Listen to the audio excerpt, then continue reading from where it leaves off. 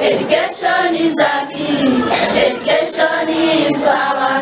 The fear of the Lord. Ebi bigambire ori kurira ebyo bwegese omuri Bushenyisha ka municipality Dan Mujenyi wabira lya mukoro ogwo kuje kabeji aba top class abariyo nibazo mu kibina cyo kubanza omwako guri kwija kandi omukorogu gukorirwe ahambuga zishomero area Ishaka Adventist Primary School.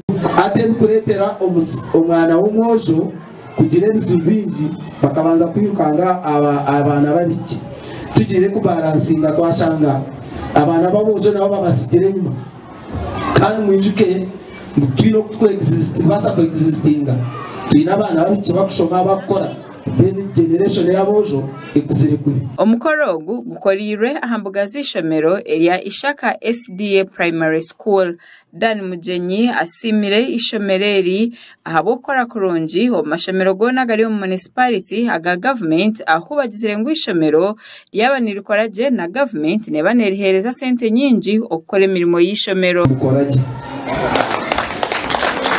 kandi of course aho ninza kusima cyana timye okutanshwa zabo kuba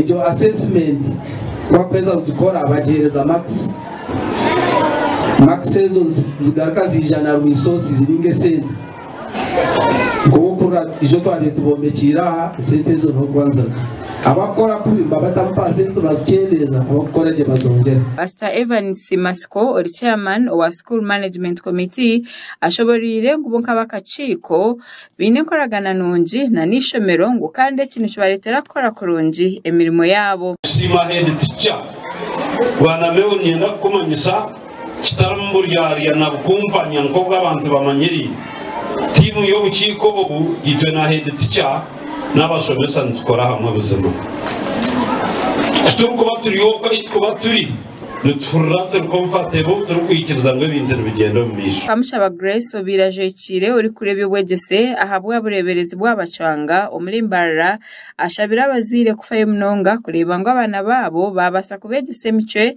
ahamwe na nebindi nsima abazire ahabwo kubasa twasomye kureberera abana kandi abana bariyo nibija omucumuro kandi obundi kiringwa so nutubatisaho mutima kugira ngo mutwasa hakorora abana obundi otajote cumuro twaryara mukagarika ishomero mwaturusya no Joroti niyo bwija kandi ancara bishomero babebasya. Ambire Joash ori chairman wa PTA ashabira abazire okugumani bashashire bishare bishomero mbwire ngwabo kubani bani benangwa ishomero ryeyongere kutunguka. Ekitukwetaga kwatanisa mu kiri kubarabaramu no kureta ebisare ebitukubatwikirizine kabazire kubasa kuretera program zishomero zagendo misho. Kamushaba Grace agarukire hanangiriza abashomesa okugumiza muri bagendera kiragiro ecyatiro hecha government eco kugira ngo buri mushomesa ashemerire kuba ine degree rero bakengera yo kushoma ahabo burungi bw'emirimo yabo. Abashomesa nimbatisa aho mutuma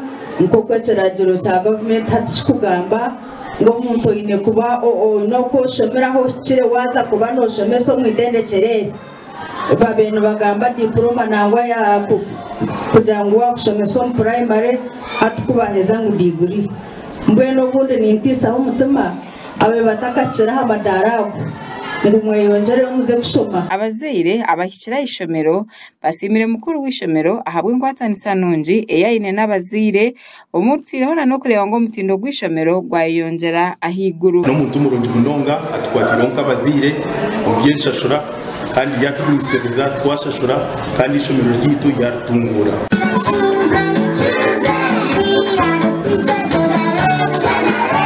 Gasha kwa Olivia na Sasira ahawa Sky TV omuri Bushenyi.